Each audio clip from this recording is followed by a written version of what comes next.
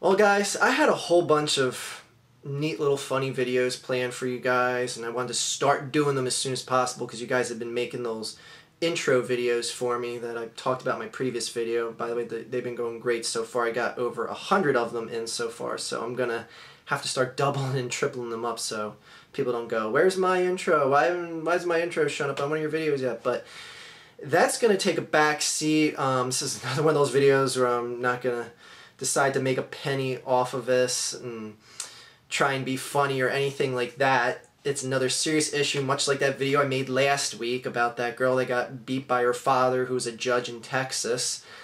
And this story, of course, unless you can't read, is about the Penn State University boy sex scandal, whatever the hell you want to call it. I like hearing your guys' opinions about these news stories, especially news stories like this that are more regional to this exact area, because I don't know how big the story is elsewhere in the country or outside of the United States. I can tell you right here in the Philadelphia metro area, this story is about as hot as any other that I've seen. It has the potential, and it should damage the entire legacy of one of the most prestigious schools in this area, which is Penn State University. Now, I'll put a link in the video description about the full story. I'll just give you a brief synopsis of what happened. And again, like how Undertaker Freak 1127 said in that video about that Texas judge, it's just an example of someone in power abusing their power, taking their power to a whole new level. And this parallels that, because it's, again, people that were in power. Secrets were kept secret, lies were told to keep these men in power, and what happened because of the lies and all the secrets is just another one of those things that just make me just ashamed to be in the same species of human being as these scumbags of life. And I'd like to start making happy videos again, guys, but man, it's been just a terrible news week. Terrible news week. But anyway, let's get to the meat of things here, and I'm sorry if this is long and drawn out, but I just really want to talk about this specific topic. And events are unfolding, so don't like jump the gun and correct me on something, because I'm making this very early on as far as all the facts and everything getting released. So something may come out later today or tomorrow that conflicts with what I said because something else came out. So anyways, the whole thing started some years ago. There was a defensive coordinator on the Penn State University football team named Jerry Sandusky. He was coordinator there for about 10 or so years, and that's one of the highest ranking positions on a football team. For those of you that don't follow sports, there's the head coach, the defensive coordinator, and the offensive coordinator. Those are basically the three guys that control the football team. This man started a youth program on the campus of Penn State University. I don't know what the formal name for these kids that attended this program, but a lot of them were disadvantaged youths, people from broken households, people that were mixed up in the wrong element. Not all of them, but some of them were basically put there just to basically keep them off the streets, keep them from getting into that bad element or worse element than what they came from or what they were in.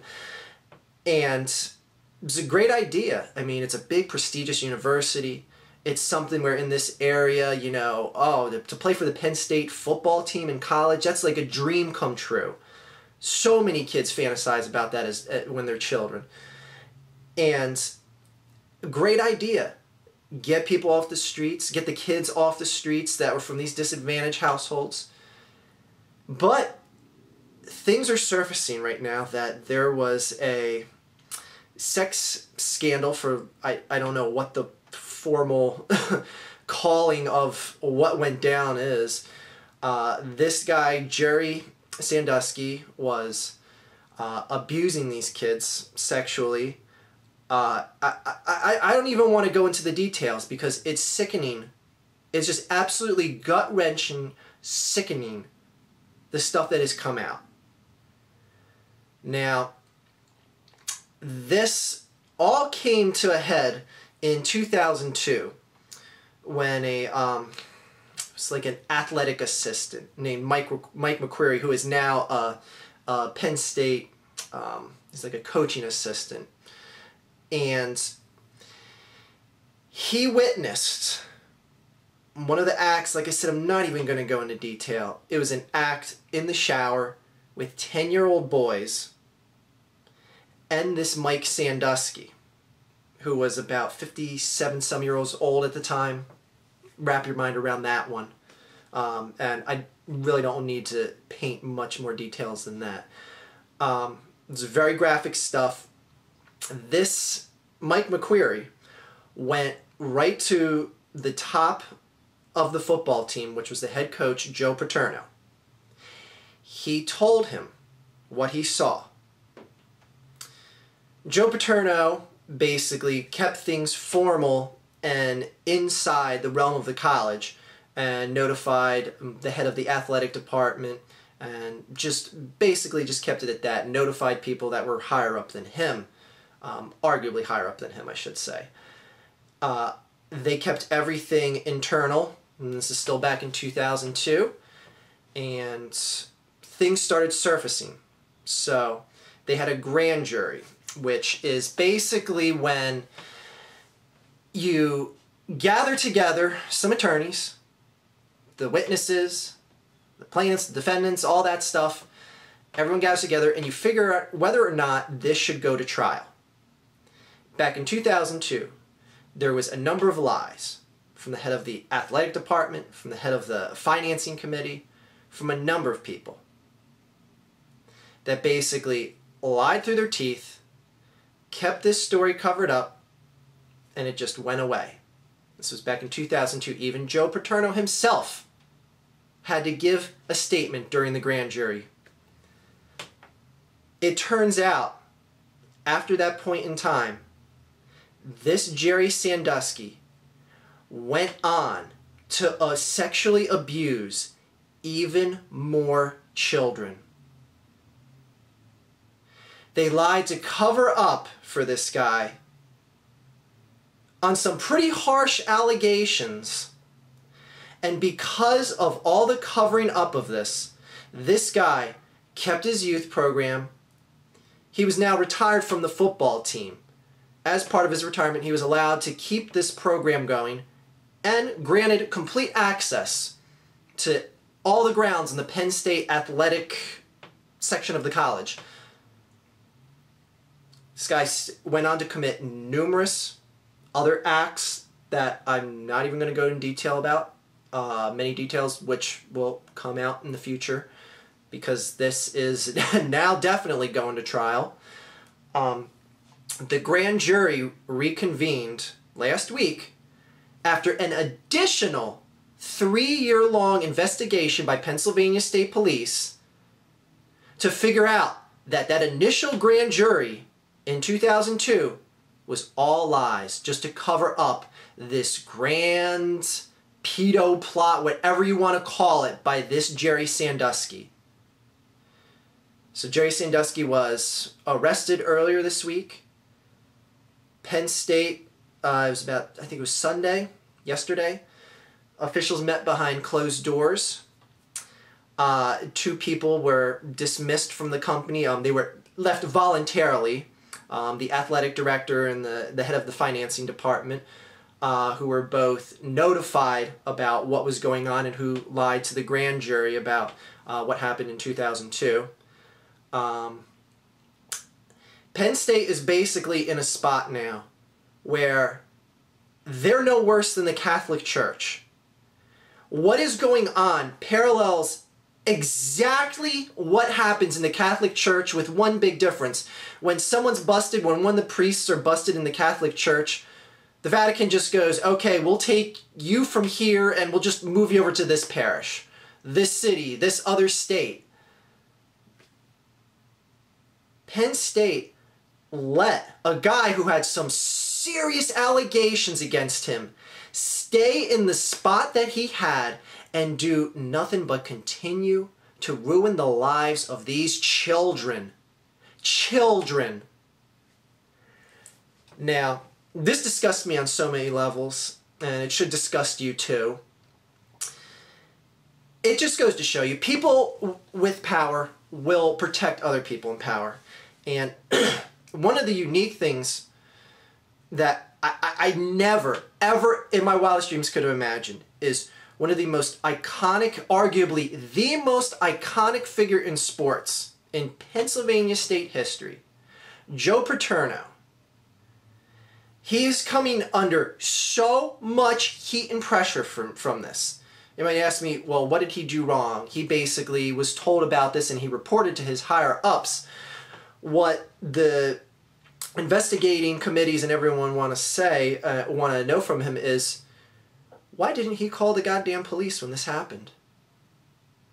Why do we have to find out 9-10 years later after the initial investigation that this guy that you were told about by a source that is very credible to you, this is someone that Joe Paterno moved up in the ranks on the Penn State football coaching squad, and this Mike McQueary, in confidence, told Joe Paterno what he saw in the shower room between this Jerry Sandusky and a 10-year-old child.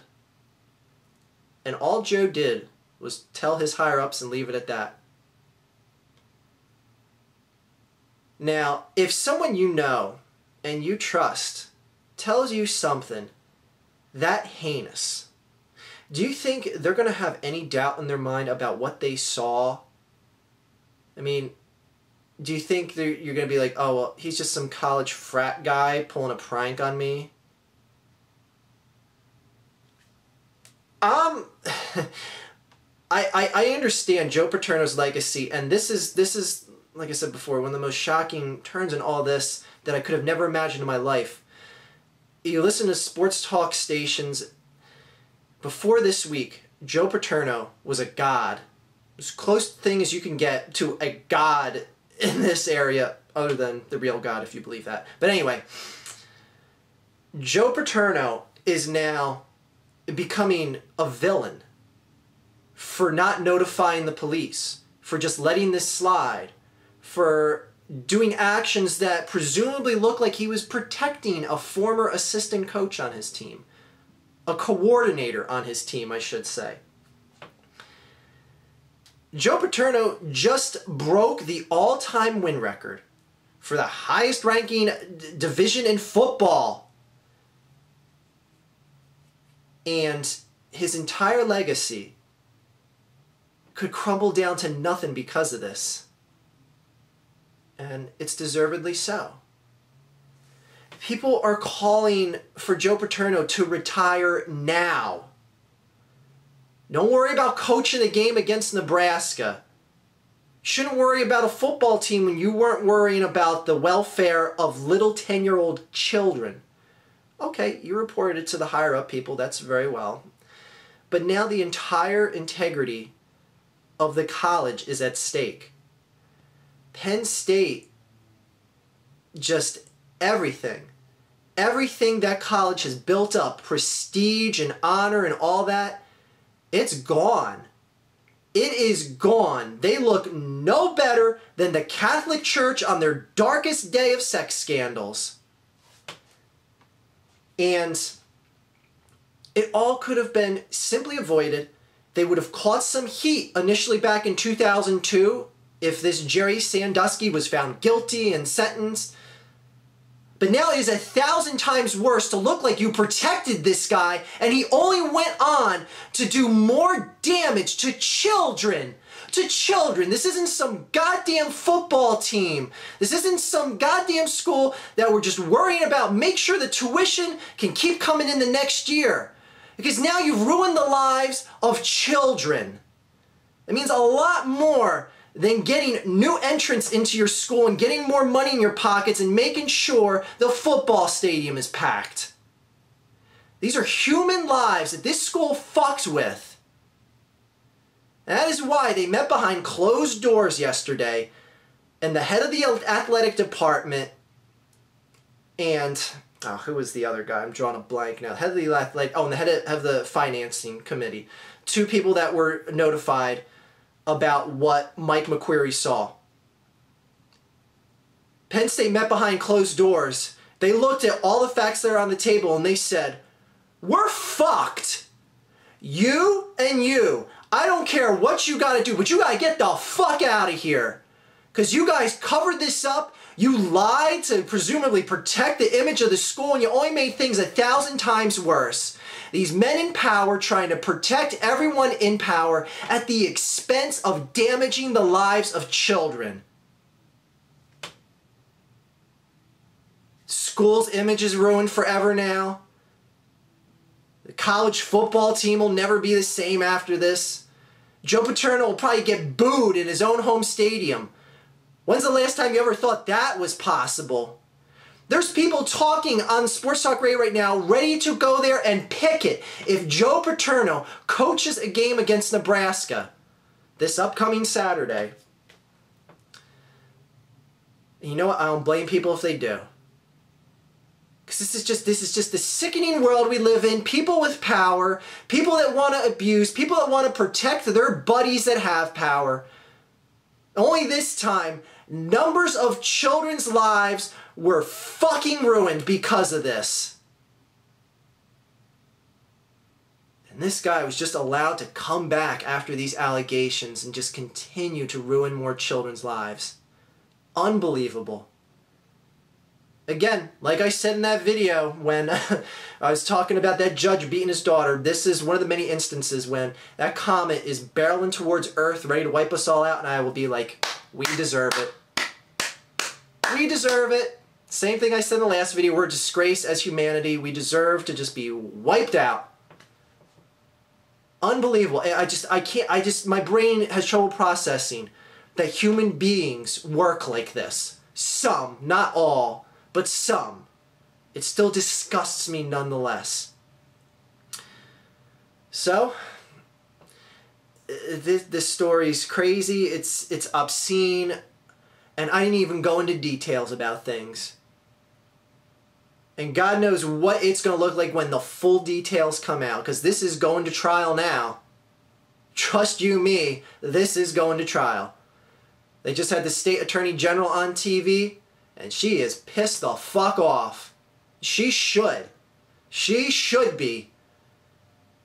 Grown-ass men with power lying in front of the grand jury in 2002 just to stick up for a guy. I know, I'm getting repetitive now. It's just so disgusting. This world and acts like this. We're a first world nation. This is a prestigious university.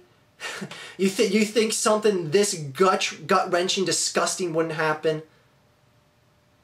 Don't matter. This is the way human beings are. Some, not all.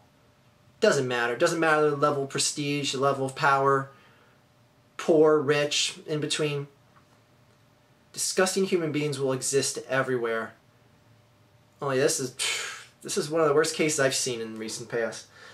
Jesus Christ. Have a great day, everyone. I got nothing left to add. Take care.